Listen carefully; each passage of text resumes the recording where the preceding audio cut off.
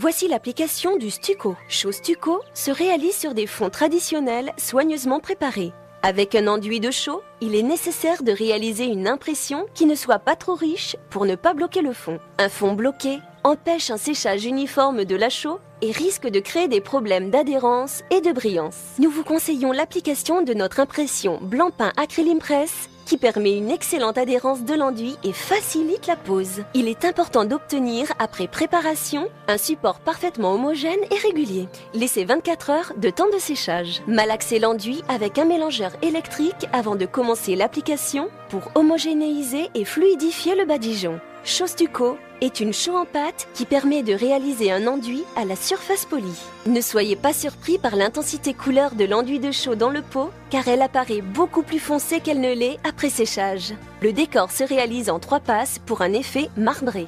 Étalez une première couche de chaux à l'aide d'une lisseuse ou d'un couteau inox en égalisant parfaitement la surface.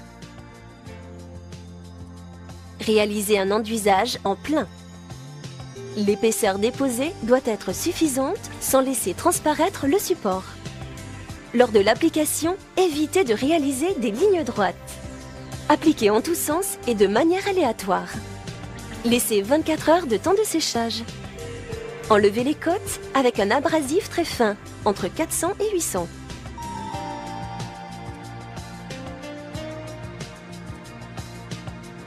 Prenez soin de bien dépoussiérer la surface. Une deuxième passe d'enduit à la chaux permet de donner une belle épaisseur au décor. Cette épaisseur d'enduit améliore la brillance et donne une profondeur de teinte plus intense. Déposez une seconde couche de chaux à l'aide du couteau ou de la lisseuse. Réalisez un enduisage en plein sans aucun relief en éliminant au fur et à mesure toutes les aspérités. Recouvrez à nouveau en totalité la surface de manière aléatoire. Laissez sécher 12 à 24 heures.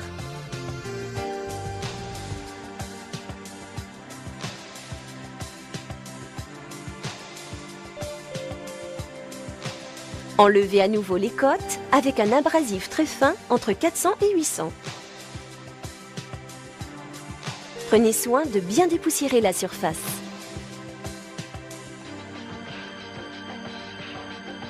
Avec le couteau ou la lisseuse, réalisez un papillonnage par petites touches juxtaposées pour un travail régulier. Ce dépôt de matière ne doit pas être ni trop épais ni trop fin.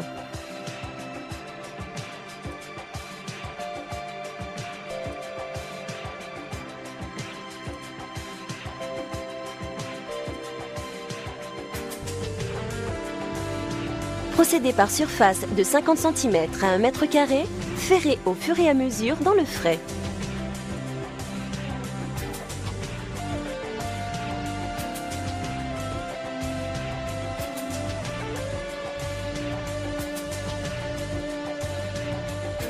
Le ferrage permet de faire briller le décor et augmente l'intensité de la couleur. Procédez ainsi de suite de la même manière. En cours d'application, réalisez un deuxième ferrage pour augmenter la brillance avant le séchage complet de l'enduit.